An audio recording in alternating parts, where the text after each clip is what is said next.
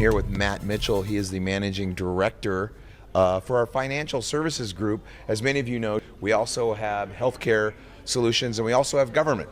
So I'm really excited to chat about our financial services group with you today. Matt, you hosted a breakout, which was packed, jam-packed. I walked by. I didn't have a chance to go in and actually partake in the breakout, but Did you attend any other breakout? I didn't know. Okay. No, I wasn't just. That's good.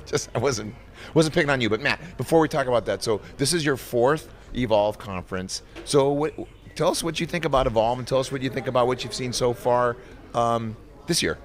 So this is my fourth Evolve conference. That's correct. This is my third actually working for Trace. So the story of the first is I was getting hired in at the time, and I sort of feel my first Evolve was the sanity check for Trace to make sure that this is what they wanted. And so, right, wrong, or indifferent, here we are at number 4. Yeah. Well, it was also for you to check us out and say, oh my gosh, do I want to be around these crazy people? And we wanted to see if you made any colossal mistakes. I mean, Vegas is definitely the place where those mistakes would be made. I am a professional, and so colossal mistakes will not be made. Colossal acts, maybe. But Well, cool. So do you mind if I ask you a few questions about how things went in your breakout? You can ask as many as you want. So, high level, what was the objective of the breakout today? So, our breakout evolved from last year, no pun intended. We went back to our clients after last year and said, we want to drive attendance, but what is going to get you there? What is going to be like compelling for you to attend our session? And consistently we heard feedback of, we're coming to Evolve, don't create a mini Evolve for us. What would be really beneficial for us is an opportunity for us as financial services leaders, particularly in IT, to understand what our peers are doing. We're in a unprecedented time, or maybe it's precedented really. We're in an evolving time around technology is rapidly changing. Our organizations are having to adapt. Regulations aren't necessarily keeping up. And so what would be beneficial for us as clients is, what's everyone else doing? And right. As our client said, is what are we getting right? What are we getting wrong? Where are we falling in the maturity curve on things? So we took that to heart and we created a session that allowed clients to talk to clients. So our session was the conduit for that to happen. Okay, great. Did you have a good mix of clients representing, different enterprises? We did. So I did the numbers. I think we had over 50 unique clients or organizations. We had, over 90 people sign up, people come in and come out. But even looking at the titles within that was really a lot of IT executives, a lot of networking individuals. So we really had the gamut of the leaders of IT to those doing the work. And that created a much richer conversation. I can say all the great things I think about it, but given that, this was yesterday and having listened to some of the feedback today, it was clients saying, I want to be on a panel next year. I want, invite me. Nice. I want to participate because, that tells me they appreciated the opportunity that was there and they took it. Oh, that's great. That's great. So did you hear any common themes from these large financial service organizations and their practitioners? I heard lots of themes.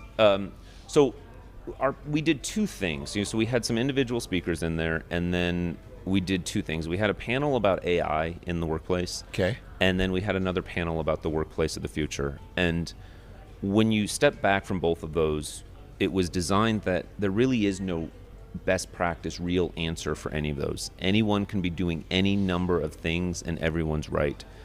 To your question, some of the themes we heard are, we don't know what the future holds. We don't necessarily know where it's going, but we do know what we can do to sort of prepare for it. Mm-hmm. So we heard a lot of things around, no matter what with AI, data is going to be a big thing. So internally, we need to get better at our data hygiene, our data quality, those types of things. Yeah. When it came to the workforce, you read the headlines, we're going to lay off all these people, or we're not going to hire new people, or, AI is going to take over everyone's jobs. And a lot of these financial services companies are really astute and on the forefront of saying we're actually going to hire. Our entry level roles may look different a few years from now, but that's because these AI tools are going to accelerate what these individuals can do. Right. So what used to take 10 years in a career, these folks are going to be able to get it much sooner, much faster. And if we do it right, we're going to be able to get more out of them and have just a richer employment experience. Oh, so that's good to know. So we're not seeing attrition in the workforce there or foreseeable. But Tony talked about AI, for the third year, and one of the things that he did mention, the number one thing is what you were talking about, data hygiene, getting the data organized. And it's funny, Matt, I've been hearing that for a long time. It's like, why is it taking so long for everyone to get their data organized? Is it just this massive influx of new data all the time, disparate sources of data, new shadow IT sources of data? I think it's yes, and it is all of that. Yeah. And everything now, we used to think of data as, this thing in a spreadsheet or that thing over there, but really everything is digitized now, and everything is becoming data or can be data.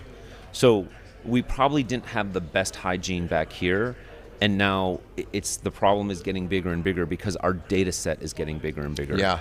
And then, in a financial services world, so think about, our meeting minutes, everything is transcribed, recorded now. That didn't happen years ago. Right. And so now that is all data. And financial services companies are then backstopping that against regulations or against their own internal policies of how long do we keep this stuff? Do we want all of our meetings transcribed and recorded? Because it creates a lot of solutions and it creates a lot of problems. So all of those things have to be thought through that a decade ago we didn't have to even talk about those. Yeah. So Trace3 is obviously more than capable of helping with that part. Does Trace3 seem to be fitting into some of the pain points that were discussed? I know there were some human being pain points. That always to me is a bit of it's a great question, but I don't want it to be a trick question. I grew up through consulting, and I bring that approach to everything. I don't want to come in with and tell you every problem is a nail, therefore needs a hammer. Mm-hmm. I think what FSG does really well, and what we do with our clients is we have solutions. We have solutions galore. You need this, we can probably get it for you, do it for you. But I think our magic really comes in that we're more intimate with our clients. We get to know them better. We get to know them deeper. And then from there, we're better able through that nuance to understand their problems.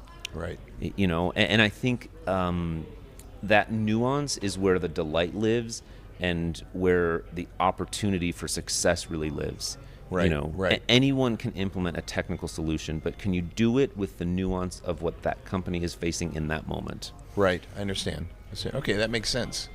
On the main stage today, we had Catherine Walter, who runs our innovation team, and the innovation curve is constantly talked about, and rightfully so, within all of our divisions. So where would you say the financial services, where would you say FinServ ranks on the innovation curve? I think FinServ is at both ends of that curve. And I think that depends who in FinServ you're talking about. So you can go to the Bay Area, you can go to the innovation hubs of the world and all these startups, and they are going to be very innovative about the specific things they are doing and trying to solve, whether that's payments processing or removing, tail spend payments or whatever they're trying to do. They are going to be tip of the spear on all of that. Fast forward move over to some of the more mature clients that have trillions of dollars AUM or assets under management. They have more, they have much more to lose. They have much more regulation. Right. And they take things much slower and much more deliberate. And, this is a tech conference. This is an innovation conference. This is all that. But if you think about your own savings, your own banking, your own 401k, all of those things, you want those companies that have all that money to be a little more conservative in how they approach it.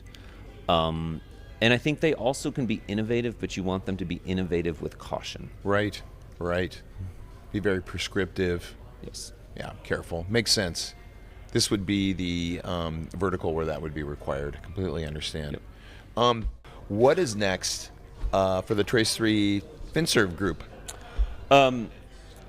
We're seeing, with clients, the hot topics right now, and that's sort of where we're leading, and I think that then leads to the next after that is a lot of push with Gen AI and AI in the workplace, and how does that achieve productivity gains?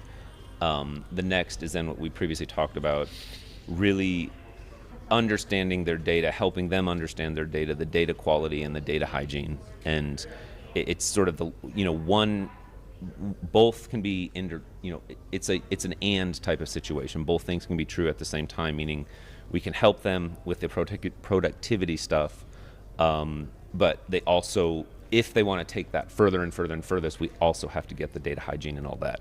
Well, listen, the Financial Services Group is dynamite. There's A players across the board, many of which I've had the privilege of working with for many years, Matt being one of them. Very thankful that you ran your breakout again today. Well, thank you. And look, anyone watching, any listening, reach out, get in touch. I'm happy to have you at our events and be part of the conversation. Great. Well, thank you, Matt. Thank you.